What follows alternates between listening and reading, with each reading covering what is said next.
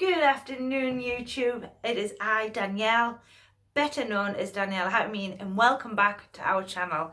I hope everybody is well here on the channel, and I hope you're enjoying the lovely weather wherever you are in the world. This video tutorial is going to be on testing guides.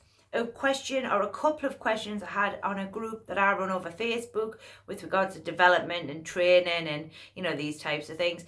It was one of the things that was talked about quite a lot, and I'm going to give you some hints and tips. Please do take what resonates with you, dump the rest. Certainly change and alter them a little bit to fit your style, and hopefully this should give you a little help or a little bit of exercise or a little bit of just sort of extra knowledge on how to work with your guides, how to just test them to make sure that they're definitely there.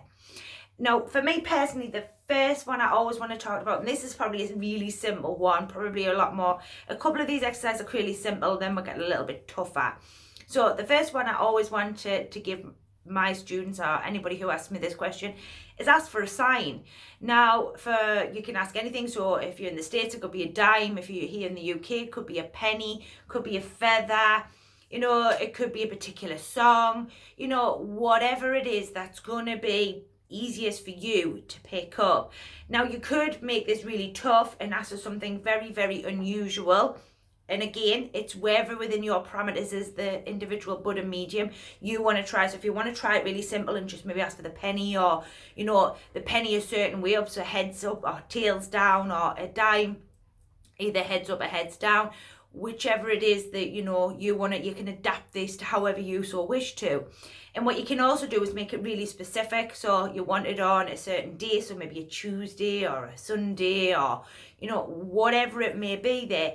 And then all you do is you just leave it. Now, like I say, you can make this really tough, or you can make it really simple. The toughest side of it is it could be, you come across a really extraordinary note, of a different country.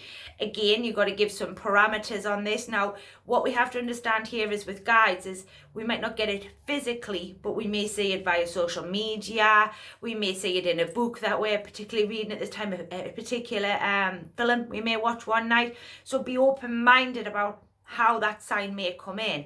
That's one of the first ones that I feel is important or easy, or a hint and tip I can give you in order, and you can keep repeating this and doing it over time and continually testing and altering it, so that you're constantly building up that sort of relationship with your guides, and they will always endeavor to deliver to the best of their ability. So that's the first one.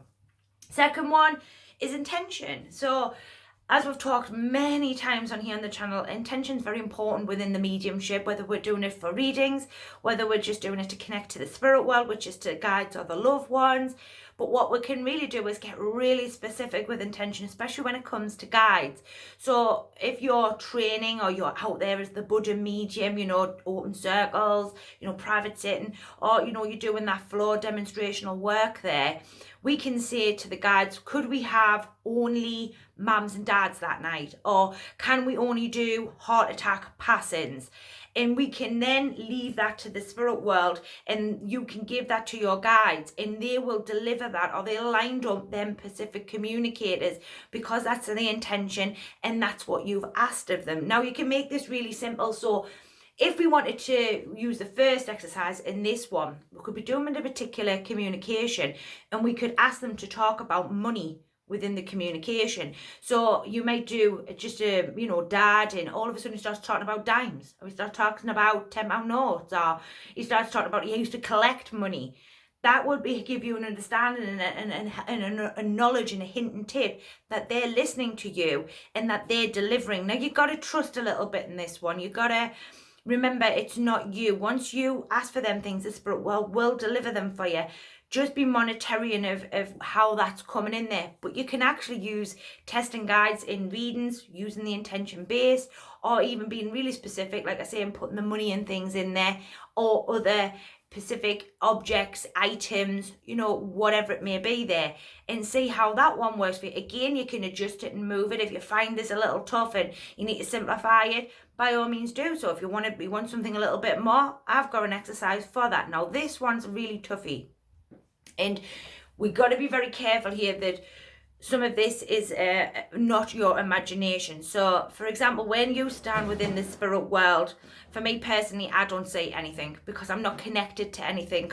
I'm not connected to the guides. No, I'm not connected to my loved ones. So there's nothing there. It's irrelevant. But what I can do is ask my guides, if I really want to test them, to start adding objects. So they may add, I don't know, a tree. They may start and add a fence. They may start and add a table. And what I have to do every time I connect is I've got to become aware, and within that space, has there been something added? If there has, what has been added? And every day or every time you sit, ask the spirit world, add another object. Take an object away, add another object. This is one for my more advanced students, but I have seen beginners do it as well. It's one that I find very, very, you've got to be very aware. And this can be done on a clairsentience link, clairvoyant link. It can be done on a known link. So there's a couple of clairs coming in there with that one. So you're working them parameters as well. All these connections is all done on different sort of clair ranges and helping you improve all of them clair ranges while we're in. These are some of the exercises or hints and tips that I can give you in regards to testing your guides. You got to trust a little one in this one, folks. I will put a section up at the end, which is finding guides, and there is going to be a brand new content coming up with connections to finding guides, because the first section I did was very basic. It was for the beginner. We're now going to look to do something for the more advanced student and really push that mind there and see how you get on with that one.